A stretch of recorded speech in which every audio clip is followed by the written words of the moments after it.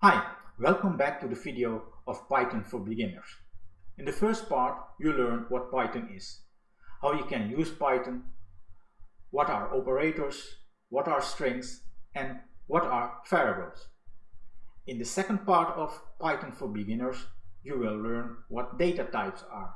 You will also learn what are conditions, loops, and functions. Remember that to learn to program, you have to try coding by yourself. So I suggest to pause the video at the examples and try the examples by yourself. Now, let's start.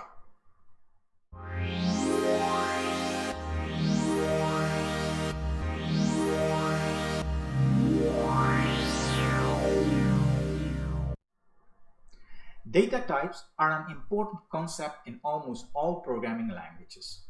They represent a type of data which can be processed in a computer program. Data types tell the interpreter how the programmer intends to use the data. It is important to specify the type of data when we write a computer program to process different types of data such as strings and integers. If we lack to specify the type of data, the computer will not understand how the different operations should be performed on the given data.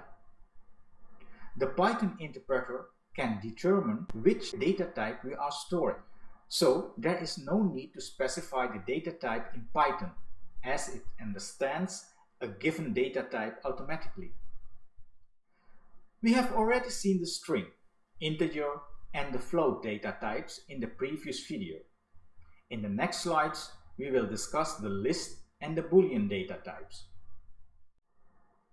The list data structure in Python is used to organize data in a single set. Lists are sequences, just like tuples. Each element of a sequence is assigned a number. This is the index number or the position of the element. The first index number is 0. The second index number is 1.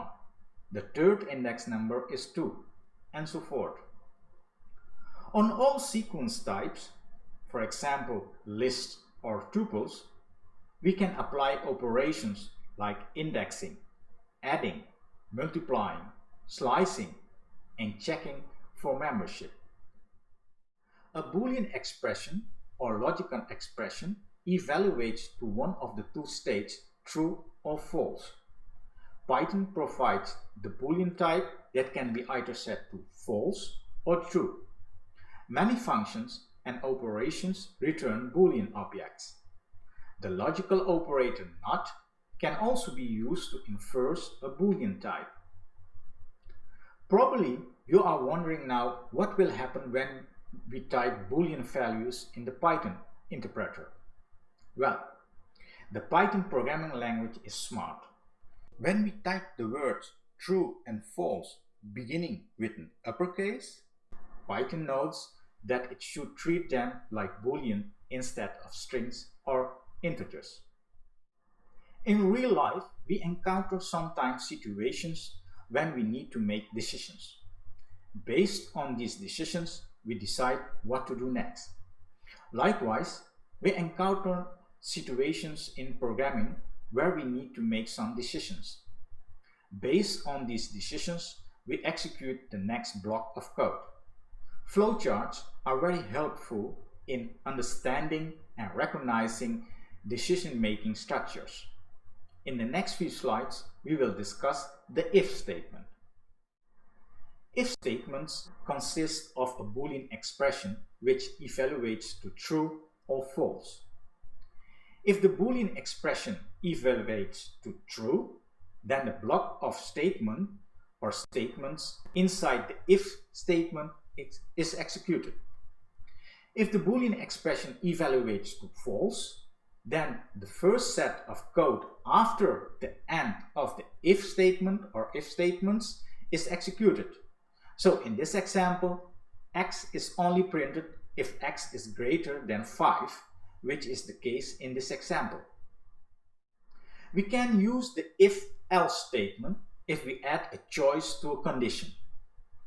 In the if-else statement, the if statement is followed by an optional else statement. The if-else statement contains a Boolean expression which, if evaluates to false, the else statement is executed. In this example, x is equal to 1. The if statement evaluates to false, and so the else statement will be executed. If you have many choices to choose from, like in the example, if you like frisbee, let's play, or else we can play tic-tac-toe, or else we can play football, or else we can play chess. In this case, we can use the if, elif, else statement. So we can use the if, elif, else statement to check multiple expressions. Elif is short for else if. The condition of the next elif statement is checked if the condition for the if statement is false. If the condition of the next elif statement is false, then the condition of the next elif statement is checked, and so on. If all the conditions are false, then the else statement is executed. The if, elif, else statement can have only one else statement and multiple elif statements. Note that only one elif statement is executed according to the condition. In computer programming, a loop is a sequence of instructions that is repeated until a certain condition is met. The loop iteration technique is used to repeat the same or similar type of task based on the specified condition. Two of the most common types of loops are the while loop and the for loop, which we'll discuss in the next slides. The while loop is the simplest form of a programming loop. The statements in a while loop are repeated as long as a given condition is true. Note that x is incremented with 1 after every iteration, or else the loop will continue forever. So in the first iteration, x has a value of 1 in this example. X is incremented after the print statement, and after the fourth iteration, x has a value of 5, which causes the while loop to stop. The for loop is used when we want to repeat a piece of code n times, or when we want to iterate over a sequence, for example, a list or a string. Note that in the first iteration, x has a value of 0 in the first example. After the fourth iteration, x has a value of 4, which causes the for loop to stop. In the second example, we iterate through a list. The variable I refers to the index numbers in the list. Computers aren't very smart. Computers do only what we tell them to do. The instructions we give the computer should be precisely and in the right order. Therefore, we need algorithms. Now, what is an algorithm? Well, to put it simply, an algorithm is a set of instructions. Take the following example of making a pot of coffee. For the computer, you would say, for example, first, get a flavor of ground coffee, then get a coffee maker, then get filter paper, then get a pot of water, and finally make sure the coffee maker is plugged in. But to us, it is just make a pot of coffee. It would be nice if we could bundle these instructions if you want to tell the computer every morning how to make a pot of coffee instead of repeating all those steps. Well, for that we have functions in Python programming language. Functions are just a concise way to group instructions into a bundle. More formally, we can say that a function is a block of code which returns when it is called. Functions make code reusable. we can pass data into a function, and a function can return data as a result. The Python programming language has many built-in functions like the print function, the random function, and other built-in functions. It is also possible to create your own functions in Python. These functions are called user-defined functions. In the next slides, we will discuss some examples. So keep in mind, we want to tell the computer to make a pot of coffee. So we make a function called makeCoffee, and we pass data to the function as parameters, which are specified after the function name inside the parentheses.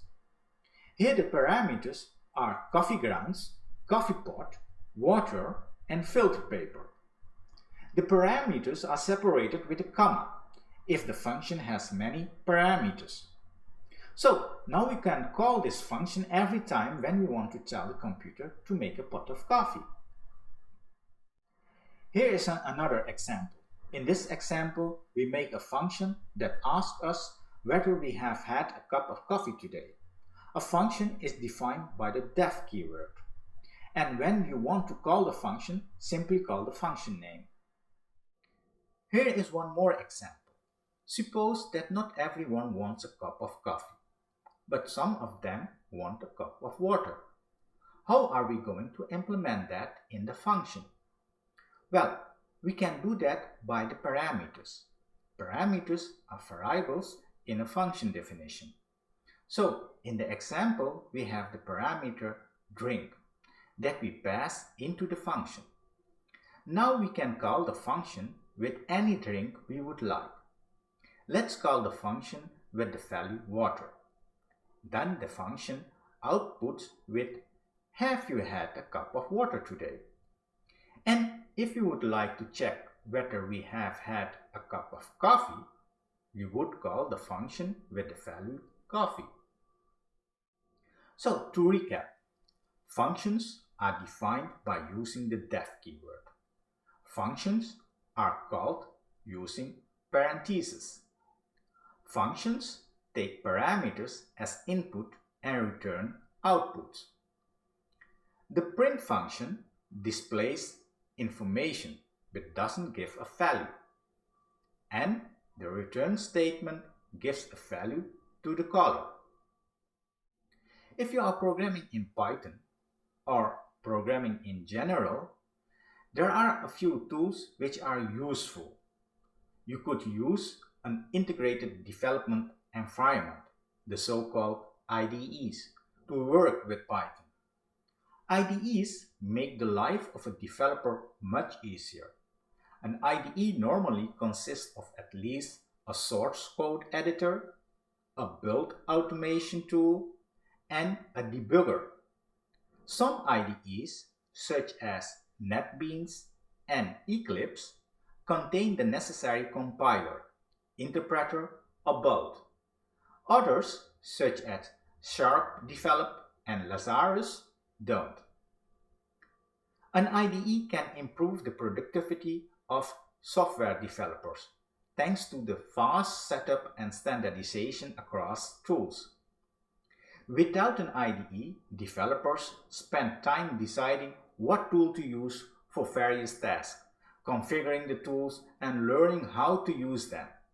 Many or even all of the necessary developing test tools are included in one integrated development environment. To wrap it up, in the second part of Python for Beginners, we have discussed data types, conditions, loops, and functions. We have seen some examples of these topics. But remember, if you want to learn to program, you have to try coding by yourself. Well, thanks for watching, and I'll see you in the next video.